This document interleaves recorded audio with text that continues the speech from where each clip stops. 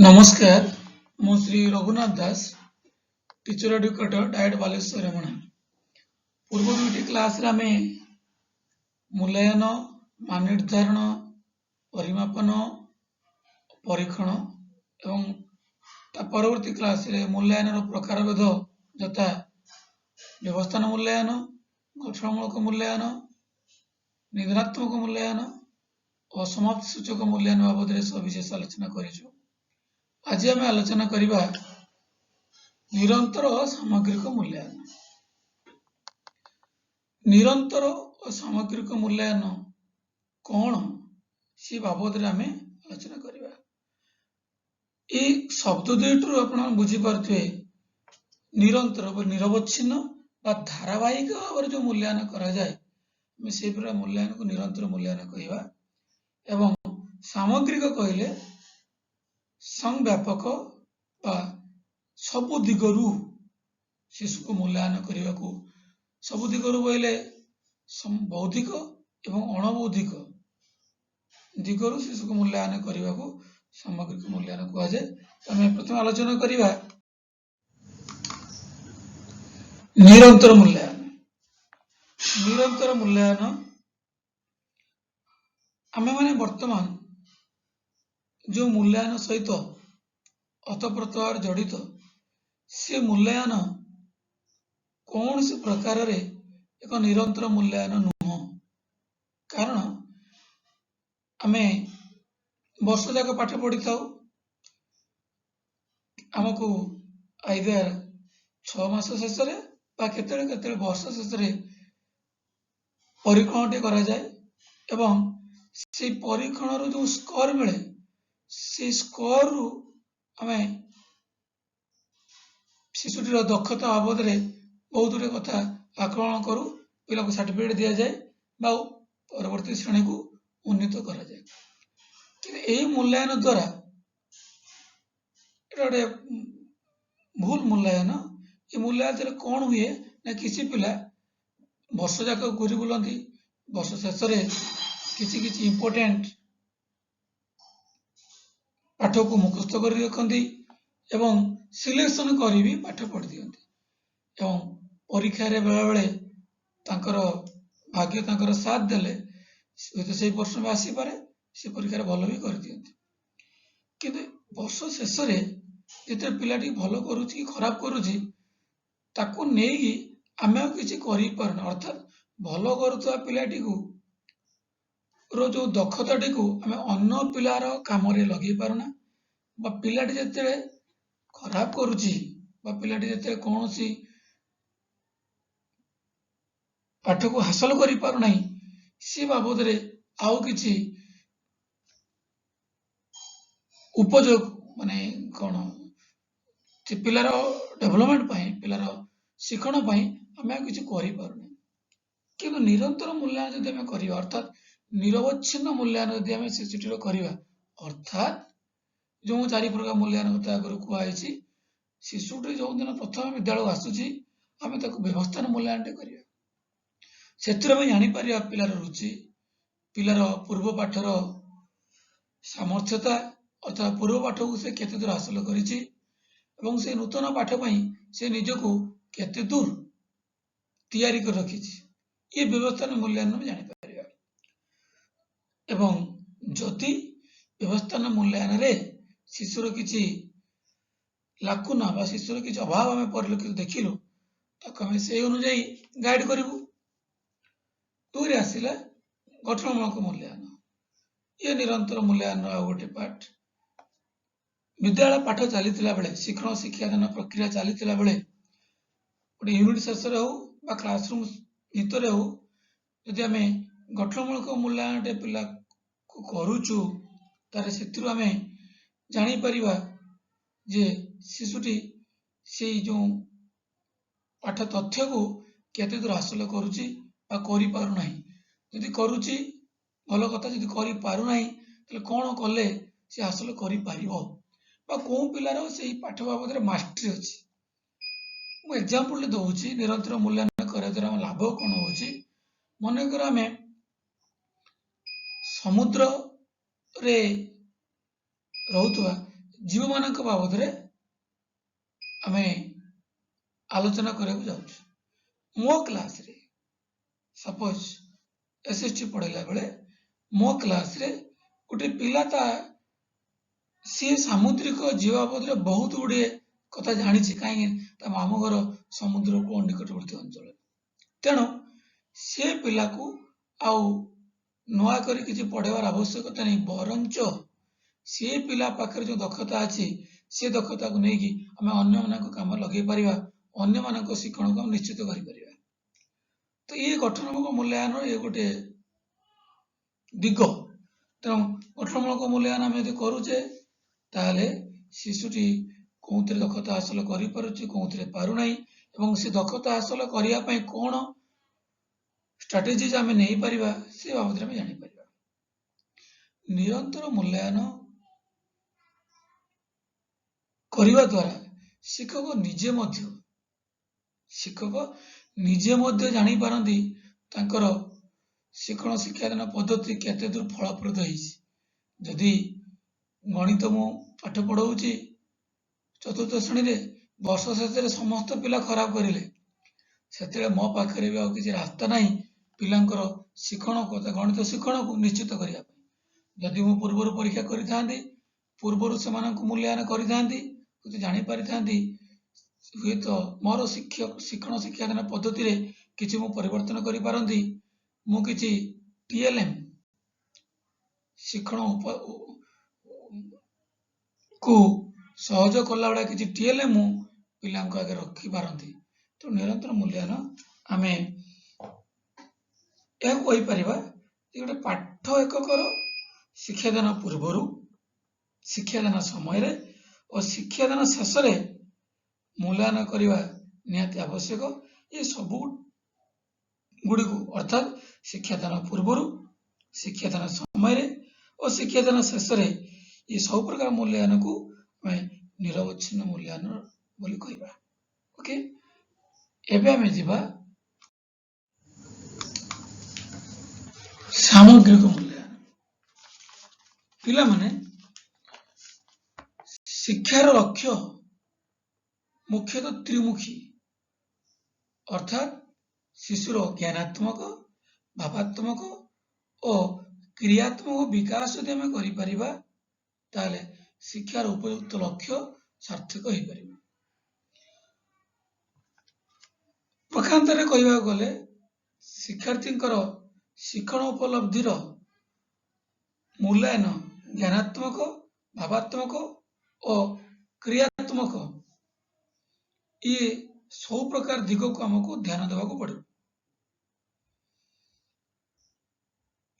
अन्य प्रकार कहवा गले शिक्षादान तथा शिक्षण प्रक्रिया द्वारा शिक्षार्थी मानकर बौद्धिक विकास केते दूर साधित हो पारिछि एवं अणबौद्धिक दिग जता आग्रह शिशुर अभिरुचि व्यक्तिगत सामाजिक गुण उपयुक्त मनोवृत्ति एवं शारीरिक अभिवृद्धि आदि रे सेमानंकर केते दूर प्रगति हो पारिछि ये सब विषय मूल्यांकन करने पद्धति को सामग्रिक मूल्यांकन कहा जाए। बुझेला पिला माने अर्थात बोथ बौद्धिक एवं अणबौद्धिक विकास को मूल्यांकन करने को हमको सामग्रिक मूल्यांकन करने को पड़ता है। किंतु अनुसंधान जना पड़ी आजिकल विद्यालय मानक केवल ज्ञानात्मक दिग को ही मूल्यांकन करा जाउछि। तो ज्ञानात्मक दिग बोले कौन ना पिलार केवल मानसिक अभिवृद्धि कौन है आम से जाना परीक्षण व्यवस्था प्रचलन करुचु मात्र अन्य जो दिग गुड़िक शिशुर विकास को निश्चित कराए यथा शिशुर नियमानुवर्तिता शिशुर समानुवर्तिता शिशुर परिष्कार परिच्छन्नता सहयोग दायित्वबोध समाजसेवी गुण ये सब को आहरी भी रही पारे शिशुर अभिरुचि शिशुर भातृभाव जातीय संगति ताल विद्यालय प्रति अनुरक्ति ये सब अणबौद्धिक दिग को मध्य बा अणबौद्धिक विकास को मध्य निश्चित करा पड़िबो। ये सब विकास को निश्चित करा हेले हमको सामग्रिक मूल्यांकन करिवार आवश्यकता अछि। एबे आमे जिबा निरंतर और सामग्रिक मूल्यांकन आवश्यकता। निरंतर सामग्रिक मूल्यांकन प्रचलन करने द्वारा आम निम्न सुविधा गुड़िक पाई गोटे पर गोटे आलोचना करा पिला माने शिक्षार्थी मानकर शिक्षण उपलब्धि क्रमिक प्रगति जानवे। अलरेडी कही सारे पिला माने जे शिशुटी कौ स्तर अच्छी जदि आम गठनमूलक मूल्यांकन करवा बा स्टार्टिंग रे व्यवस्था मूल्यांकन करवा ताले शिशुटी कौ स्तर अच्छी बयस अनुजाई से तार उपयुक्त स्तर हासिल करिछि कि नहीं एवं जदि करि पारुनी कौ जगार तार प्रॉब्लम रहउछि ये सब आम जानी परिबा। और जानिले लाभ कौन हम आम आम स्ट्राटेजी चेंज करि परिबा नूतन ढंग रे पिला को बुझाई परिबा प्योर लर्निंग को आम एम्फासिस दबा। ओके दुई रे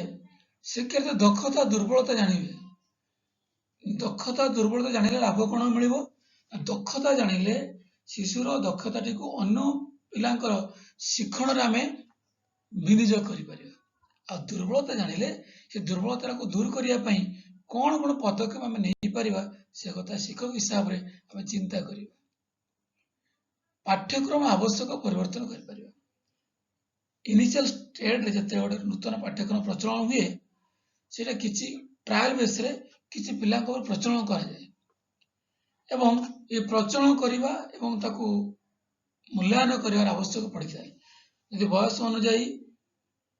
शिशु माने ताकू ग्रहण करि परिले बा से दक्षता हासिल करि परिले ताले से पाठ्यक्रमटा प्रचलन करा जिवो नहले से पाठ्यक्रम रो परिवर्तन आवश्यकता अछि एवं करिकुलम फ्रेमवर्क माने ए प्रकार वे रे मूल्यांकन करी आवश्यक स्थले तार परिवर्तन करନ୍ତି। देखंतु पिला माने विभिन्न प्रतियोगितामूलक कार्य शिक्षार्थी चयन करा सहज जते बेले विद्यालय मानकरे कौन हुए केते केते इंटर स्कूल कंपटीशन सब हुए। Okay inter school competition block रे मानकर 10टी स्कूल भितर कंपटीशन चले केते ड्राइंग रे केते डांस रे केते गणित रे केते विज्ञान रे इमिति प्रतियोगिता हुए। शिक्षक हिसाब रे जदि मो विद्यालय प्रत्येक पिलांकर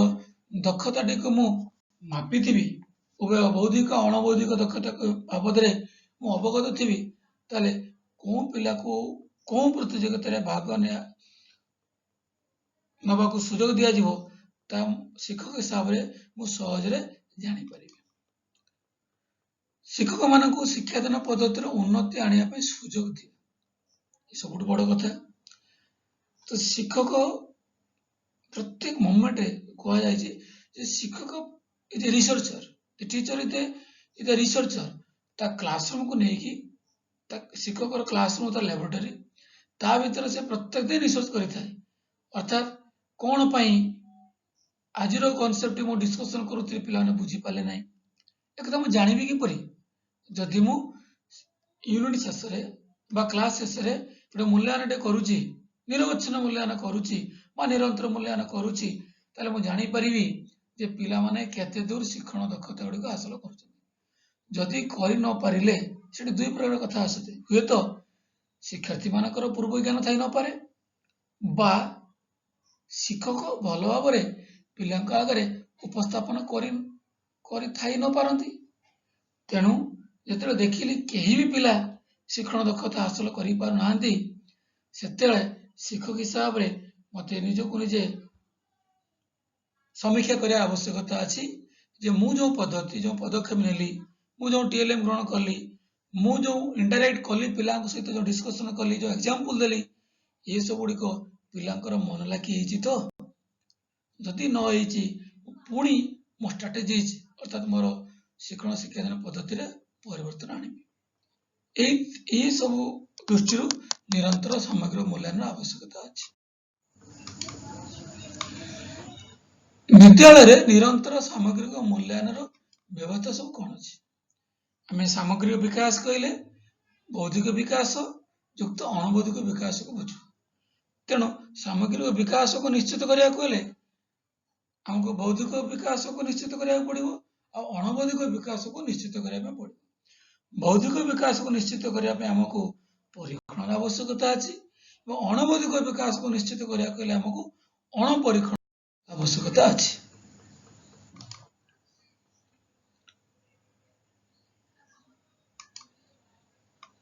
एबे आमे जिबा मौखिक परीक्षण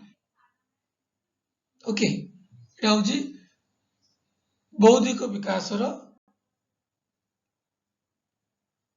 एक उपाय सेटा होची साक्षात्कार तो मौखिक परीक्षण आमे किपरि करि परिबा ना साक्षात्कार करि परिबा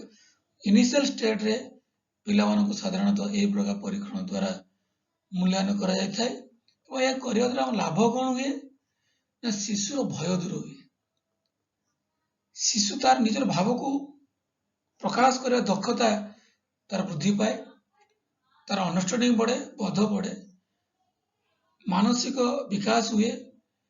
शिशुर पढ़ार शैली को आम तदारख करूँ सठिक वे पढ़ुची कि नहीं ताको आम देखिपारू एवं केते चतुरतार सहकारे सी गणित हो कौन से परिस्थिति को समाधान करुची ता आम साक्षात्कार द्वारा शिशु को मूल्यांकन करिथाउ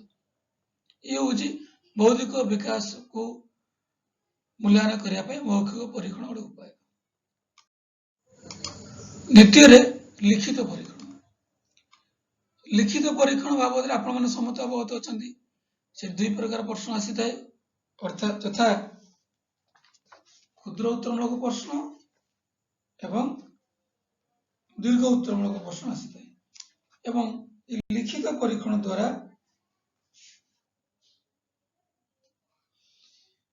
आमर रचनात्मक परीक्षण और वस्तुनिष्ठ परीक्षण आम कहीपर लिखित परीक्षण आम समस्त परीक्षा सहित अवगत अच्छु या करने द्वारा लाभ कौन हुए या करने द्वारा आमर बोधशक्ति विकास घटे आमर जुक्ति शक्ति विकास घटे चिंता शक्ति और सृजन शक्तिर आम परिमाप कर शिशुटीर एवं लिखित परीक्षण आउ गोटे दिग हूँ लिखित परीक्षण विशेषता जानी कहीं गोटे पिला उपरे एते राग थिले भी लिखित परीक्षण सब ठीक करिछि ताले सही जगह रे हमको निश्चित भाव में उपयुक्त नंबर बा ग्रेड तक दबा को बाध्य से तो एबे सेंट्रल लेवल किसी जगह लिखित परीक्षण को निश्चित कराई चाकरी क्षेत्र में निरपेक्षता को सुजोग दिए एवं वस्तुनिष्ठता आदि वैशिष्ट्य गुड़िकर ये परिचयक होता है आम लिखित परीक्षण कर्मकुशलता परीक्षण ये बौद्धिक विकास गोटे दिग कर्मकुशलता परीक्षण कौन ना शिशुटी कौन सी कार्य दे ताको जदि आम पर्यवेक्षण करवा ताको आम कहीपर कर्मकुशलता परीक्षण एवं यह द्वारा लाभ कौन है ना शिशुटीर वैज्ञानिक मनोवृत्तिर उन्नति साधन हुए एग्जाम्पल दे पारिबा आम गणित शिशुटी जोग करुची किंतु कर्मकुशलता परीक्षण कौन ना सी मार्केटिंग करुची सी 10 टंकार कागज किणिला 5 टंकार कलम किणिला दुकानी को केते टंका देला ये हूँ कर्मकुशलता परीक्षण एवं यह लाभ कौन हुए ना वैज्ञानिक मनोवृत्तिर उन्नति साधन हुए कार्य दक्षतार परिमाप आम करूँ शिशुर स्व उद्यन शैली को आम तदारख करूँ शिशुर परिप्रकाश भंगी और अनुसंधिसा आदि परिमाप संभव हुए ये हूँ कर्मकुशलता परीक्षण उपादेयता ओके अणपरीक्षण पद्धति अणपरीक्षण पद्धति गुड़िक कौन कौन ना अणपरीक्षण पद्धति द्वारा आम कौन कौन मापिबा पिला माने ना अणबौद्धिक विकास गुड़ी को निश्चित करवा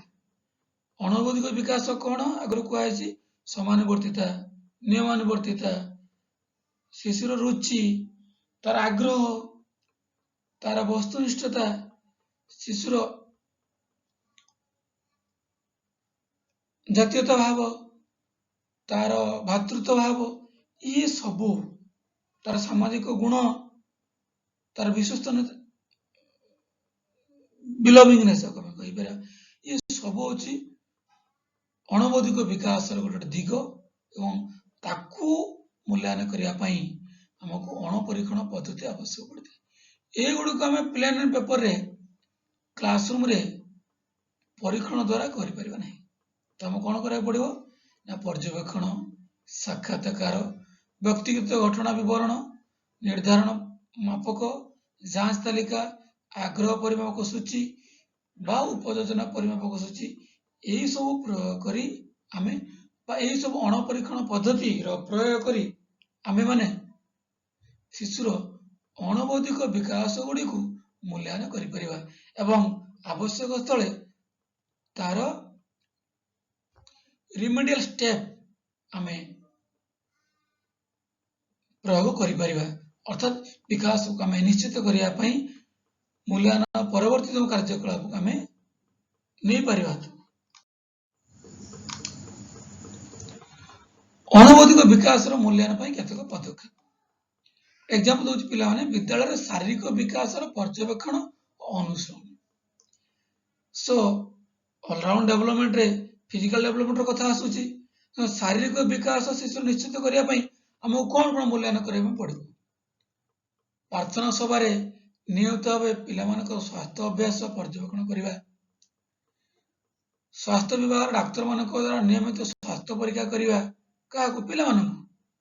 ଏବଂ ନିୟମିତ ସ୍ୱାସ୍ଥ୍ୟ ପରୀକ୍ଷା କଲେ କଣ ହବ ନା କେତେବେଳେ ବୟସ ଅନୁପାତରେ ପିଲାଙ୍କର ମନଙ୍କର ଓଜନ ବଢୁନାହିଁ, ଉଚ୍ଚତା ଅନୁଯାୟୀ ଯଦି ଓଜନ ବଢୁନଥାଏ ବା କୌଣସି ଚର୍ମ ରୋଗ ହେଇଥାଏ, ଆମେ ତାକୁ ଡକ୍ଟରଙ୍କର ଔଷଧ ଦ୍ୱାରା ପିଲାକୁ ସ୍ୱାସ୍ଥ୍ୟର ନିଶ୍ଚିତ କରିପାରିବା।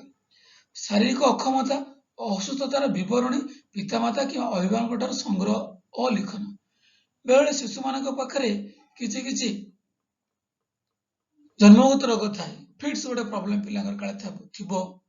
କିଏ ପିଲା ଆଉ କଣ ପ୍ରୋବ୍ଲେମ ଥିବ। ତେଣୁ ବାପା ମା ଯେତେବେଳେ ପିଲାଟି ବିଦ୍ୟାଳୟକୁ ଆସୁଛି, ବାପା ମା ବା ଅଭିଭାବକ ମାନଙ୍କ ଠାରୁ ଶିଶୁଟି ବାବଦରେ ସବିଶେଷ ମାନେ ତାର ଶାରୀରିକ ଦକ୍ଷତା ବାବଦରେ ସବିଶେଷ ତଥ୍ୟ ଆମକୁ ସଂଗ୍ରହ କରି ଲେଖିକି ରଖିବାକୁ ପଡିବ ଏବଂ ସେ ଅନୁଯାୟୀ ଶିଶୁକୁ ଖେଳକୁଦ ବା ବ୍ୟାୟାମ ଆଦିରେ ଭାଗ ନେବାକୁ ସୁଯୋଗ ଦେବା। ମନେକର ଶିଶୁଟିର ହାର୍ଟ ପ୍ରୋବ୍ଲେମ ଅଛି, ଆମେ ତାକୁ କିଛି ଅଧିକ ପରିଶ୍ରମ ଯୋଉ ଖେଳରେ ହଉଛି ସେ ଖେଳରେ ଭାଗ ନେବାକୁ ଆମେ ଦେବା ନାହିଁ। ତ ଖେଳକୁଦ ଓ ବ୍ୟାୟାମ ଆଦି ଦିଗରେ ଶିକ୍ଷାର୍ଥୀର ସହଯୋଗ ଓ ଅଂଶଗ୍ରହଣକୁ ଆମେ ତଦାରଖ କରିବା। ଯଦି ପିଲାଟି ଖେଳକୁଦରେ ଭାଗ ନେଉନାହିଁ, ତାହେଲେ ସେ କିପରି ଭାଗ ନେବ ତାକୁ ଆମେ ନିଶ୍ଚିତ କରାଇବା। ଯଦି ବ୍ୟାୟାମ ସେ କରୁନାହିଁ, ସେ କିପରି ବ୍ୟାୟାମ କରିବ ତାକୁ ଆମେ ନିଶ୍ଚିତ କରାଇବା। ଶିଶୁର ଯଦି ହାର୍ଟ ପ୍ରୋବ୍ଲେମ ଥିବ, ଆମେ ତାକୁ ଭାଗ ନେବାକୁ ଦବା ନାହିଁ। ଓକେ,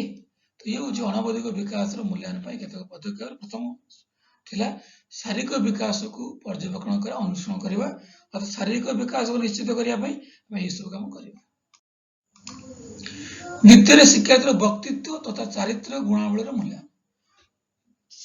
ଶିଶୁର ଅଲରାଉଣ୍ଡ ଡେଭଲପମେଣ୍ଟ ପାଇଁ ପର୍ସନାଲିଟିର ଡେଭଲପମେଣ୍ଟ ନିହାତି ଜରୁରୀ ଆଉ କ୍ୟାରେକ୍ଟର ଡେଭଲପମେଣ୍ଟ ନିହାତି ଜରୁରୀ। ତେଣୁ ବ୍ୟକ୍ତିତ୍ୱ ଓ ଚାରିତ୍ରିକ ଗୁଣାବଳୀର ମୂଲ୍ୟାୟନ ଆମେ କିପରି କରିବା? ଶିକ୍ଷାର୍ଥୀର ପ୍ରତିଟି କାର୍ଯ୍ୟକଳାପ ଆମେ ପର୍ଯ୍ୟବେକ୍ଷଣ କରିବା। ପ୍ରତିଟି କାର୍ଯ୍ୟକଳାପ ବୋଇଲେ କଣ? ପ୍ରତିଟି ବୋଇଲେ ପ୍ରତିଟି, ଅର୍ଥାତ୍ ପ୍ରତ୍ୟେକ ମୋମେଣ୍ଟରେ ପ୍ରେୟାର କ୍ଲାସରେ ସିଏ ଡିସିପ୍ଲିନରେ ପ୍ରେୟାର କରୁଛି କି ନାହିଁ, ଯେତେବେଳେ ତା ସାଙ୍ଗସାଥି ମାନେ ତାଠୁ ସାହାଯ୍ୟ ଦରକାର କରୁଛନ୍ତି ସେ ସାହାଯ୍ୟ ଦଉଛି କି ନାହିଁ, ସେ ଦୟାଳୁ ମନୋବୃତ୍ତି ଅନ୍ୟ ପିଲା ପ୍ରତି ହେଉଛି କି ନାହିଁ, ଲିଡରସିପ କ୍ୱାଲିଟି ତା ପାଖରେ ଅଛି କି ନାହିଁ, ଇଏ ସବୁ ପର୍ଯ୍ୟବେକ୍ଷଣ ଦ୍ୱାରା ଆମେ ଜାଣିପାରିବା। ଶିକ୍ଷାର୍ଥୀର ଦୈନନ୍ଦିନ ପଞ୍ଜିକା ଅନୁସରଣ, ଅର୍ଥାତ୍ ଡେ ଟୁ ଡେ ଲାଇଫରେ ସେ କଣ ସବୁ ଘଟଣା ଦୁର୍ଘଟଣା କରୁଛି ତାକୁ ଆମେ ଲିପିବଦ୍ଧ କରିବା ଏବଂ ତାକୁ ଅନୁସରଣ କରିବା। ବିଭିନ୍ନ ବ୍ୟକ୍ତିତ୍ୱ ପରୀକ୍ଷଣ ସାହାଯ୍ୟରେ ବ୍ୟକ୍ତିତ୍ୱର ମାପ, ପର୍ସନାଲିଟି ମେଜରମେଣ୍ଟ ଟେଷ୍ଟ କେତୋଟି ଅଛି, ଷ୍ଟାଣ୍ଡାର୍ଡାଇଜ ଟେଷ୍ଟ, ସେଗୁଡ଼ିକ ପିଲାଙ୍କ ଉପରେ ପ୍ରୟୋଗ କରିବା। ପ୍ରୟୋଗ କରିବା ଦ୍ୱାରା ପିଲାର ପର୍ସନାଲିଟିକୁ ଆମେ ମାପି ପାରିବା। ମାପିଲେ କଣ ହବ? ମାପିଲେ ଆମେ ଜାଣିପାରିବା ସେ ପର୍ସନାଲିଟି ଲେଭେଲରେ କୋଉ ଜାଗାରେ ଅଛି ଏବଂ ତାର ବିକାଶ ପାଇଁ ଆମେ କଣ କରିପାରିବା। विद्यालय और विद्यालय बाहर शिशुर उपयोजन अनुध्यान अर्थात विद्यालय देखो पिला माने उपयोजन हूँ गोटे शिशुर गोटे बृहत जीव जे सबु परिवेश निजक खाप खुए चली पारे सी हूँ जोड़े कौन उत्तम व्यक्तित्वर शिशुटे बोली आम निश्चित करिपरिबा जे सबु परिवेश निजक खाप खुए चली पारे एटा बहुत दरकार दैनंदिन जीवन में तेणु जी सब प्रकार परिवेश निजक खाप खुए चली पारे तार उभय व्यक्तित्व चरित्र चारित्रिक गुण ठीक अच्छे बोले जापर जदि से पिलाटी विद्यालय विद्यालय बाहर निजक उपयोजन